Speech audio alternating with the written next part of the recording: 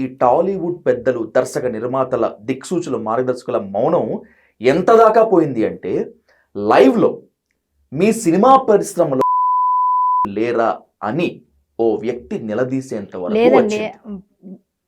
అనకూడదు అతనికి బుద్ధి జ్ఞానం ఉంటే అలా మాట్లాడు. ఆయనకి లేదు కాబట్టి ఆయన మాట్లాడాడు. తర్వాత ఆయన సారీ చెప్పాడు. వీళ్ళు గట్టిగా వెళ్ళి రియాక్ట్ అయ్యారు. ఆ టైంలో వీళ్ళందరూ వెళ్ళారు. అంటే వాళ్ళ ఇంట్లో వాళ్ళు కూడా ఆయన సంబోధిస్తాడేమో అలా. వాళ్ళ అమ్మని, వాళ్ళ చెల్లిని అలా సంబోధించుకుంటూ యువతల వాళ్ళు అన్నాడు ఆయన. అంతే దాని కానీ రియాక్ట్ కావాల్సినంత రీతిలో రియాక్ట్ కాలేదనేటువంటి విమర్శ కూడా ఉంది. రియాక్ట్ అంటే మీరే చెప్పారుగా, మేము చాలా ఇన్ఫ్లుయెన్సర్స్. నాలాగా కొంచెం నోరేసుకొని మాట్లాడేవాళ్ళు, కొంచెం లోకజ్ఞానం ఉండి కొంచెం అన్ని విషయాల అవగాహన ఉన్న వాళ్ళు తక్కువ కొంతమంది ఉంటారు. మిగిలిన వాళ్ళు మాకెందుకు, నా లైఫ్, నా ఇల్లు, నా సంసారం బాగుంటుందని అనుకుంటారు. సమాజం అంతా అలాగే ఉంది. టాలీవుడ్ ఇండస్ట్రీ అలాగే ఉంటుంది. టాలీవుడ్ ఇండస్ట్రీలో బయటకు వచ్చి ఫైట్ చేసి గట్టిగా ఆ టైంలో నేను రాలేదు. ఎందుకంటే అప్పుడు నేను ఇంకా ఇండస్ట్రీలో నేను పదవులు కానీ వాటి కోసం కానీ ఏ రోజు వెళ్ళలే. విన్నాను, నాకు కోపం మరిగింది ఇలాంటి మాట్లాడినాయి.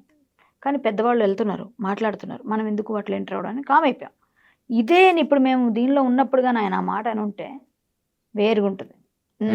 నా రియాక్షన్ కానీ మా టీం రియాక్షన్ కానీ వేరుగా ఉండేది. అప్పుడు ఉన్న సర్కమ్స్టాన్సెస్, అప్పుడు పరిస్థితులను బట్టి వాళ్ళు వెళ్ళారు కాబట్టి మనం దూరకూడదు. ఎవరు, శివాజీ రాజా గారు వాళ్ళందరూ ఉన్న టైంలో అనుకుంటుంది నాకు తెలిసి. మేము అప్పుడు ఏం పదవుల్లో లేము, మామూలు జనరల్ మా సభ్యులు.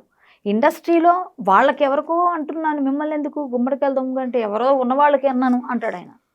మొత్తం అందరిని అనలేదు అంటాడు, అదే మాట అన్నాడు. అప్పుడు మొత్తం అందరూ అన్నప్పుడు అందులో మేము లేము కదా అనుకుని అందరు గారు ఊరుకున్నారు కామ్గా. మనకెవరికి అనుకున్నాళ్ళు వాళ్ళు వెళ్తారులే అన్నట్టు.